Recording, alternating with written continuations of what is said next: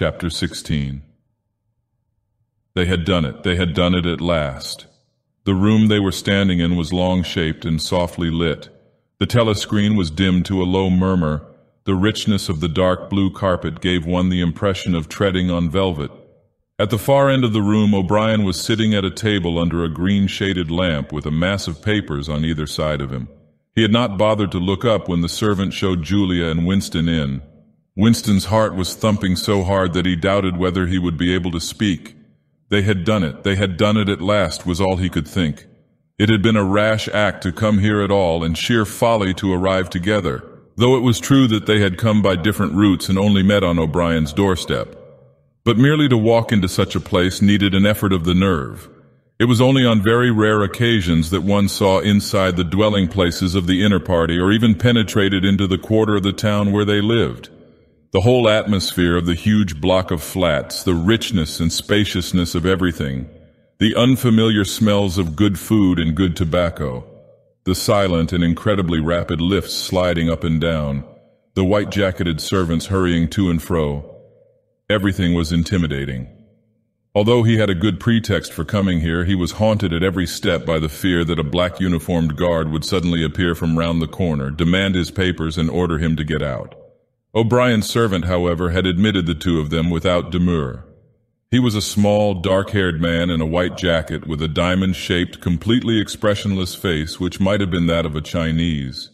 The passage down which he led them was softly carpeted, with cream-papered walls and white wainscoting, all exquisitely clean. That, too, was intimidating. Winston could not remember ever to have seen a passageway whose walls were not grimy from the contact of human bodies.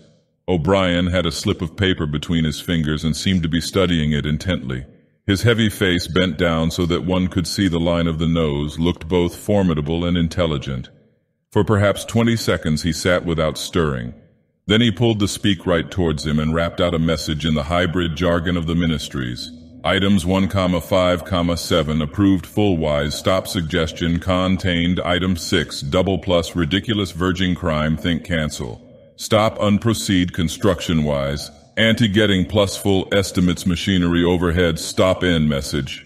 He rose deliberately from his chair and came towards them across the soundless carpet. A little of the official atmosphere seemed to have fallen away from him with the newspeak words, but his expression was grimmer than usual, as though he were not pleased at being disturbed. The terror that Winston already felt was suddenly shot through by a streak of ordinary embarrassment. It seemed to him quite possible that he had simply made a stupid mistake. For what evidence had he in reality that O'Brien was any kind of political conspirator? Nothing but a flash of the eyes and a single equivocal remark. Beyond that, only his own secret imaginings founded on a dream. He could not even fall back on the pretense that he had come to borrow the dictionary because, in that case, Julia's presence was impossible to explain. As O'Brien passed the telescreen, a thought seemed to strike him. He stopped, turned aside, and pressed a switch on the wall. There was a sharp snap. The voice had stopped. Julia uttered a tiny sound, a sort of squeak of surprise. Even in the midst of his panic, Winston was too much taken aback to be able to hold his tongue. "You can turn it off," he said. "Yes," said O'Brien, "we can turn it off. We have that privilege." He was opposite them now. His solid form towered over the pair of them, and the expression on his face was still indecipherable. He was waiting somewhat sternly for Winston to speak, but about what? Even now it was quite conceivable that he was simply a busy man wondering irritably why he had been interrupted. Nobody spoke. After the stopping of the telescreen, the room seemed deadly silent. The seconds marched past, enormous. With difficulty, Winston continued to keep his eyes fixed on O'Brien's. Then suddenly the grim face broke down into what might have been the beginnings of a smile. With his characteristic gesture, O'Brien resettled his spectacles on his nose. "Shall I say it, or will you?" he said. "I will say it," said Winston promptly. "That thing is really turned off?" "Yes, everything is turned off. We are alone. We have come here because—" He paused, realizing for the first time the vagueness of his own motives. Since he did not in fact know what kind of help he expected from O'Brien, it was not easy to say why he had come here. He went on, conscious that what he was saying must sound both feeble and pretentious. We believe that there is some kind of conspiracy, some kind of secret organization working against the party, and that you are involved in it. We want to join it and work for it. We are enemies of the party. We disbelieve in the principles of Ingsoc. We are thought criminals. We are also adulterers. I tell you this because we want to put ourselves at your mercy. If you want us to incriminate ourselves in any other way, we are ready." He stopped and glanced over his shoulder with the feeling that the door had opened. Sure enough, the little yellow-faced servant had come in without knocking. Winston saw that he was carrying a tray with a decanter and glasses. "Martin is one of us," said O'Brien impassively. "Bring the drinks over here, Martin. Put them on the round table. Have we enough chairs? Then we may as well sit down and talk in comfort." "Bring a chair for yourself, Martin. This is business. You can stop being a servant for the next 10 minutes. The little man sat down, quite at his ease, and yet still with a servant-like air, the air of a valet enjoying a privilege. Winston regarded him out of the corner of his eye. It struck him that the man's whole life was playing a part, and that he felt it to be dangerous to drop his assumed personality even for a moment. O'Brien took the decanter by the neck and filled up the glasses with a dark red liquid. It aroused in Winston dim memories of something seen long ago on a wall or a hoarding. A vast bottle composed of electric lights which seemed to move up and down and pour its contents into a glass. Seen from the top, the stuff looked almost black, but in the decanter it gleamed like a ruby. It had a sour, sweet smell. He saw Julia pick up her glass and sniff at it with frank curiosity. "It is called wine," said O'Brien with a faint smile. "You will have read about it in books, no doubt. Not much of it gets to the outer party, I'm afraid." His face grew solemn again, and he raised his glass. "I think it is fitting that we should begin by drinking a health. To our leader, to Emmanuel Goldstein." Winston took up his glass with a certain eagerness. Wine was a thing he had read and dreamed about. Like the glass paperweight or Mr. Charrington's half-remembered rhymes, it belonged to the vanished romantic past, the olden time as he liked to call it in his secret thoughts. For some reason he had always thought of wine as having an intensely sweet taste, like that of blackberry jam, and an immediate intoxicating effect. Actually, when he came to swallow it, the stuff was distinctly disappointing. The truth was that after years of gin drinking he could barely taste it. He set down the empty glass. "Then there is such a person as Goldstein," he said. "Yes, there is such a person, and he is alive. Where, I do not know." "And the conspiracy, the organization, is it real? It is not simply an invention of the thought police. No, it is real, the Brotherhood we call it. You will never learn much more about the Brotherhood than that it exists, and that you belong to it. I will come back to that presently." He looked at his wristwatch. "It is unwise even for members of the inner party to turn off the telescreen for more than half an hour. You ought not to have come here together, and you will have to leave separately. You, comrade," he bowed his head to Julia, "will leave first. We have about 20 minutes at our disposal. You will understand that I must start by asking you certain questions. In general terms, what are you prepared to do?" "Anything that we are capable of," said Winston. O'Brien had turned himself a little in his chair so that he was facing Winston. He almost ignored Julia, seeming to take it for granted that Winston could speak for her. For a moment the lids flitted down over his eyes. He began asking his questions in a low, expressionless voice, as though this were a routine, a sort of catechism, most of whose answers were known to him already. "You are prepared to give your lives?" "Yes." "You are prepared to commit murder?" "Yes." "To commit acts of sabotage which may cause the death of hundreds of innocent people?" "Yes." "To betray your country to foreign powers?" "Yes." "You're prepared to cheat, to forge, to blackmail, to corrupt the minds of children, to distribute habit-forming drugs, to encourage prostitution, to disseminate venereal diseases, to do anything which is likely to cause demoralization and weaken the power of the party?" "Yes." "If, for example, it would somehow serve our interest to throw sulfuric acid in a child's face?" "Are you prepared to do that?" "Yes." "You are prepared to lose your identity and live out the rest of your life as a waiter or a dock worker?" "Yes." "You are prepared to commit suicide if and when we order you to do so?" "Yes." "You are prepared, the two of you, to separate and never see one another again?" "No," broke in Julia. It appeared to Winston that a long time passed before he answered. For a moment he seemed even to have been deprived of the power of speech. His tongue worked soundlessly, forming the opening syllables first of one word, then of the other, over and over again. Until he had said it, he did not know which word he was going to say. "No," he said finally. "You did well to tell me," said O'Brien. "It is necessary for us to know everything." He turned himself toward Julia and added in a voice with somewhat more expression in it, "Do you understand that even if he survives, it may be as a different person? We may be obliged to give him a new identity.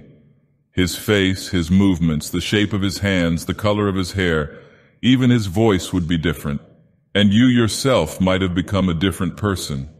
Our surgeons can alter people beyond recognition. Sometimes it is necessary. Sometimes we even amputate a limb."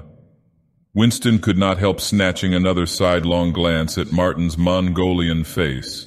There were no scars that he could see. Julia had turned a shade paler so that her freckles were showing, but she faced O'Brien boldly. She murmured something that seemed to be assent. "Good. Then that is settled." There was a silver box of cigarettes on the table. With a rather absent-minded air, O'Brien pushed them towards the others, took one himself, then stood up, and began to pace slowly to and fro as though he could think better standing. They were very good cigarettes, very thick and well-packed, with an unfamiliar silkiness in the paper. O'Brien looked at his wristwatch again. "You had better go back to your pantry, Martin," he said. "I shall switch on in a quarter of an hour. Take a good look at these comrades' faces before you go. You will be seeing them again. I may not." Exactly as they had done at the front door, the little man's dark eyes flickered over their faces. There was not a trace of friendliness in his manner. He was memorizing their appearance, but he felt no interest in them or appeared to feel none. It occurred to Winston that a synthetic face was perhaps incapable of changing its expression. Without speaking or giving any kind of salutation, Martin went out, closing the door silently behind him. O'Brien was strolling up and down, one hand in the pocket of his black overalls, the other holding his cigarette. "You understand," he said, "that you will be fighting in the dark. You will always be in the dark. You will receive orders and you will obey them without knowing why. Later I shall send you a book from which you will learn the true nature of the society we live in and the strategy by which we shall destroy it. When you have read the book, you will be full members of the Brotherhood. But between the general aims that we are fighting for and the immediate tasks of the moment, you will never know anything. I tell you that the Brotherhood exists, but I cannot tell you whether it numbers 100 members or 10 million. From your personal knowledge, you will never be able to say that it numbers even as many as a dozen. You will have 3 or 4 contacts who will be renewed from time to time as they disappear. As this was your first contact, it will be preserved. When you receive orders, they will come from me. If we find it necessary to communicate with you, it will be through Martin. When you are finally caught, you will confess. That is unavoidable. But you will have very little to confess other than your own actions. You will not be able to betray more than a handful of unimportant people. Probably you will not even betray me. By that time I may be dead, or I shall have become a different person with a different face." He continued to move to and fro over the soft carpet. In spite of the bulkiness of his body, there was a remarkable grace in his movements. It came out even in the gesture with which he thrust a hand into his pocket or manipulated a cigarette. More even than of strength, he gave an impression of confidence and of an understanding tinged by irony. However much in earnest he might be, he had nothing of the single-mindedness that belongs to a fanatic. When he spoke of murder, suicide, venereal disease, amputated limbs, and altered faces, it was with a faint air of persiflage. "This is unavoidable," his voice seemed to say. "This is what we have got to do unflinchingly, but this is not what we shall be doing when life is worth living again." A wave of admiration, almost of worship, flowed out from Winston towards O'Brien. For the moment he had forgotten the shadowy figure of Goldstein. When you looked at O'Brien's powerful shoulders and his blunt-featured face, so ugly and yet so civilized, it was impossible to believe that he could be defeated. There was no stratagem that he was not equal to, no danger that he could not foresee. Even Julia seemed to be impressed. She had let her cigarette go out and was listening intently. O'Brien went on, "You will have heard rumors of the existence of the Brotherhood. No doubt you have formed your own picture of it. You have imagined probably a huge underworld of conspirators meeting secretly in cellars, scribbling messages on walls, recognizing one another by code words or by special movements of the hand. Nothing of the kind exists. The members of the Brotherhood have no way of recognizing one another, and it is impossible for any one member to be aware of the identity of more than a few others.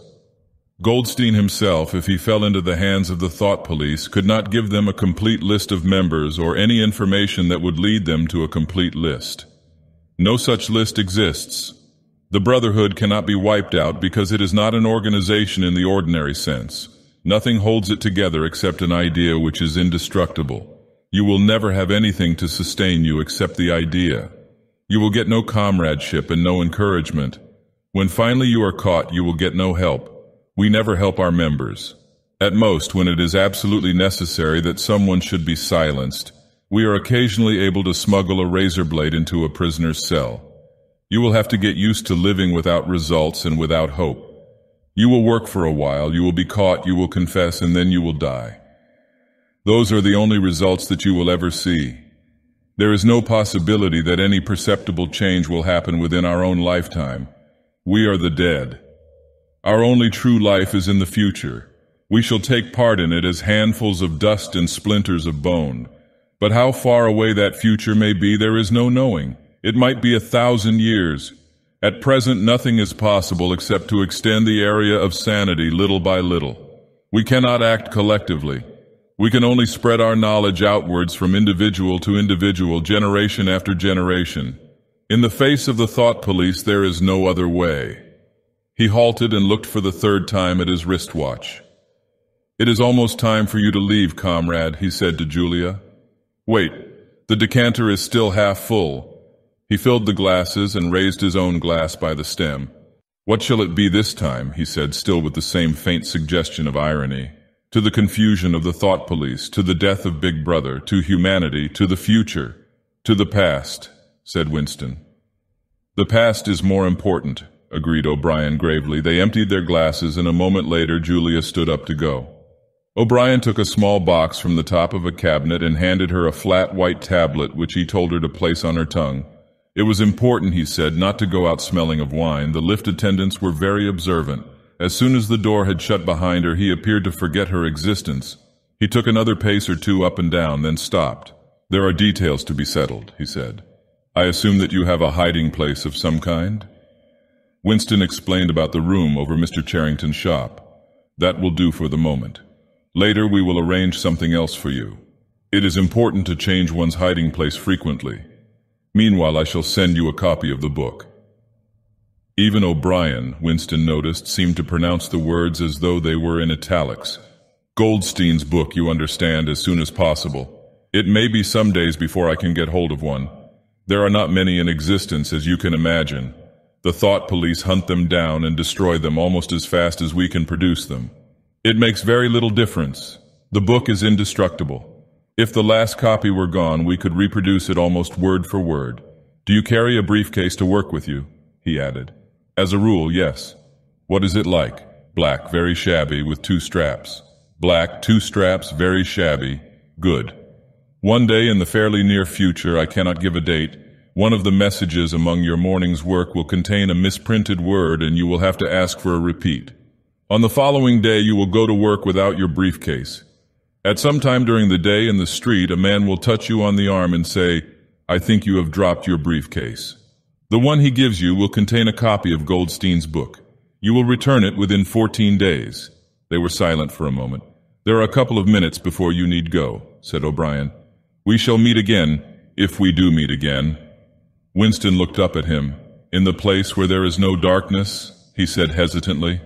O'Brien nodded without appearance of surprise. "In the place where there is no darkness," he said, as though he had recognized the allusion. "And in the meantime, is there anything that you wish to say before you leave? Any message, any question?" Winston thought. There did not seem to be any further question that he wanted to ask. Still less did he feel any impulse to utter high-sounding generalities. Instead of anything directly connected with O'Brien or the Brotherhood, there came into his mind a sort of composite picture of the dark bedroom where his mother had spent her last days. and the little room over Mr. Charrington's shop, and the glass paperweight, and the steel engraving in its rosewood frame. Almost at random, he said, "Did you ever happen to hear an old rhyme that begins, 'Oranges and lemons, say the bells of St. Clement's'?" Again O'Brien nodded. With a sort of grave courtesy he completed the stanza. "Oranges and lemons, say the bells of St. Clement's S. You owe me 3 farthings, say the bells of St. Martin's S. When will you pay me? Say the bells of Old Bailey. When I grow rich, say the bells of Shoreditch." "You knew the last line," said Winston. "Yes, I knew the last line, and now I am afraid it is time for you to go. But wait, you had better let me give you one of these tablets." As Winston stood up, O'Brien held out a hand. His powerful grip crushed the bones of Winston's palm. At the door, Winston looked back, but O'Brien seemed already to be in process of putting him out of mind. He was waiting with his hand on the switch that controlled the telescreen. Beyond him, Winston could see the writing table with its green-shaded lamp and the speakwrite and the wire baskets deep laden with papers. The incident was closed. Within 30 seconds, it occurred to him, O'Brien would be back at his interrupted and important work on behalf of the party.